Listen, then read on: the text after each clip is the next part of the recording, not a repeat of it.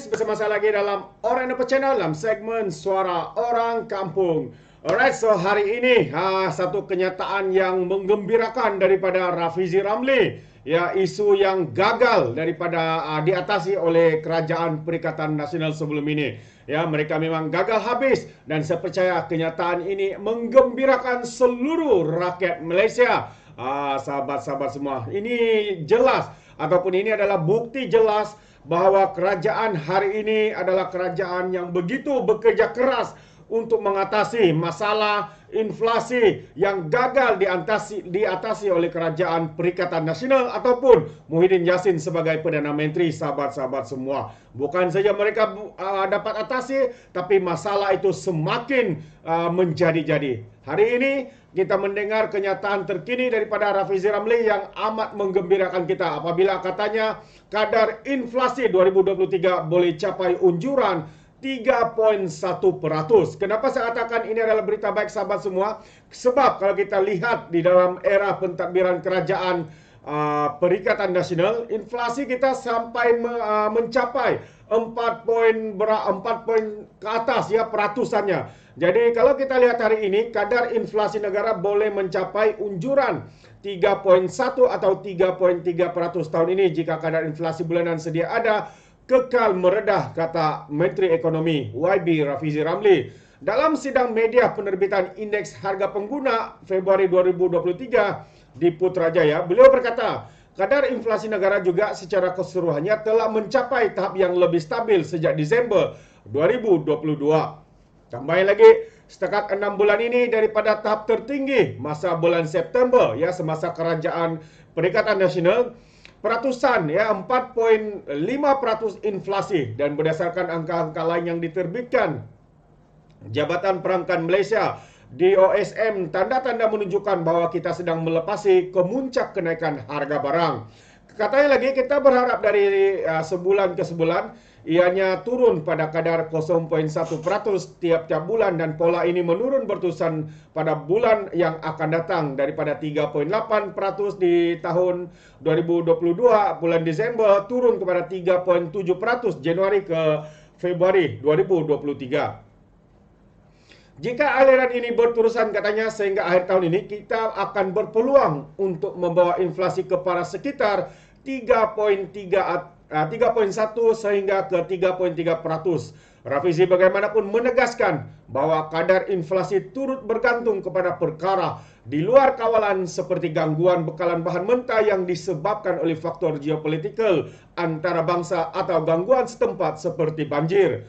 Kalau kita lihat pada pola ini dengan beberapa data menunjukkan tanda-tanda kos pengeluaran makin berkurangan. Maksudnya, kita berada dalam unjuran yang baik ya ke arah itu. Namun sudah tentu ia banyak dipengaruhi perkara lain. Sebagai contoh, faktor cuaca yang menyebabkan gangguan kepada bekalan bahan mentah dan boleh menimbulkan masalah. Katanya, saya berpendapat perkara lain ataupun gangguan bekalan sudah pun dalam perancangan kerajaan melalui inisiatif jangka sederhana memberi fokus kepada menambah kapasiti bekalan bahan mentah kepada pengguna.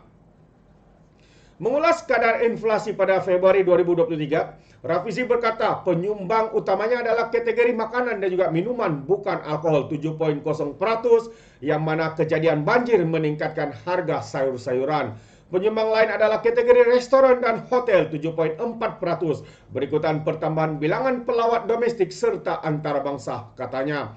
Selain itu, pada sidang media berkaitan, Rafizi turut mengumumkan mengenai aplikasi Kita Jaga, yaitu kemudahan bagi menyemak harga termasuk mampu mempamerkan harga harian untuk setiap barang mengikuti lokaliti tertentu. Inisiatif berkenaan adalah hasil kolaborasi antara Kementerian Ekonomi dan juga organisasi tempatan Kita Jaga yang membangunkan aplikasi tersebut serta ciri-ciri kegunaannya.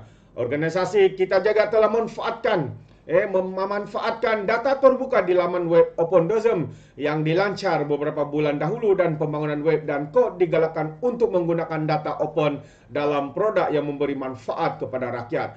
Beliau berkata aplikasi Kita Jaga juga membolehkan rakyat membuat pembelian secara bijak sesulan kemudahan maklumat data harga barangan di hujung jari. Kementerian Ekonomi akan memulakannya dengan data harga barang runcit kerana kebanyakan kenaikan harga tertumpu dalam kategori ini dan seterusnya diperluaskan kepada kategori-kategori lain untuk kegunaan rakyat. Wow, itu dia antara kenyataan terkini ya daripada Rafizi Ramli. Sahabat-sahabat semua, khususnya ya dalam kadar inflasi yang paling tertinggi kita alami adalah pada era Kerajaan Perikatan Nasional, yaitu 4.5%. Dan kerana inflasinya ini berlaku, menyebabkan kenaikan harga itu tidak dapat dikawal, sehingga Kerajaan Perikatan Nasional ketika itu gagal habis dalam menangani ataupun menurunkan harga barang.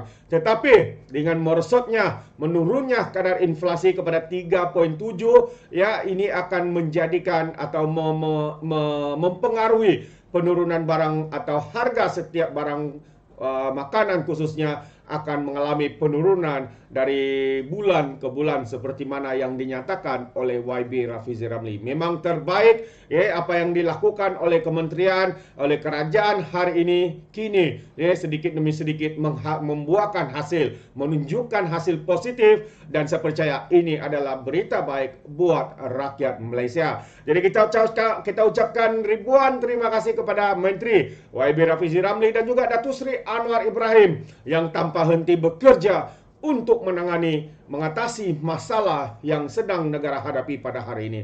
Jadi sekali lagi sahabat semua, terima kasih dan saya ucapkan ribuan terima kasih juga kerana sentiasa memberikan sokongan padu kepada Oranye Channel. Sekiranya anda mau memberikan sebarang komen, anda boleh berikan komen anda di dalam ruangan komen, tapi ingat komen dengan cara berhemat. Jangan memberikan komen seperti walaun lebay-lebay dan juga macai yang penuh dengan maki hamun. Jadi terima kasih sahabat, izinkan saya untuk mengundurkan diri dan seperti biasa peribahasa mengatakan tak apapun kangkap dua ton keinginan. Dalam bahasa Melayunya tepuk dada tanya selera. Sekian saja daripada Oranye Channel. Kita berjumpa lagi untuk info dan update yang seterusnya. Sekian.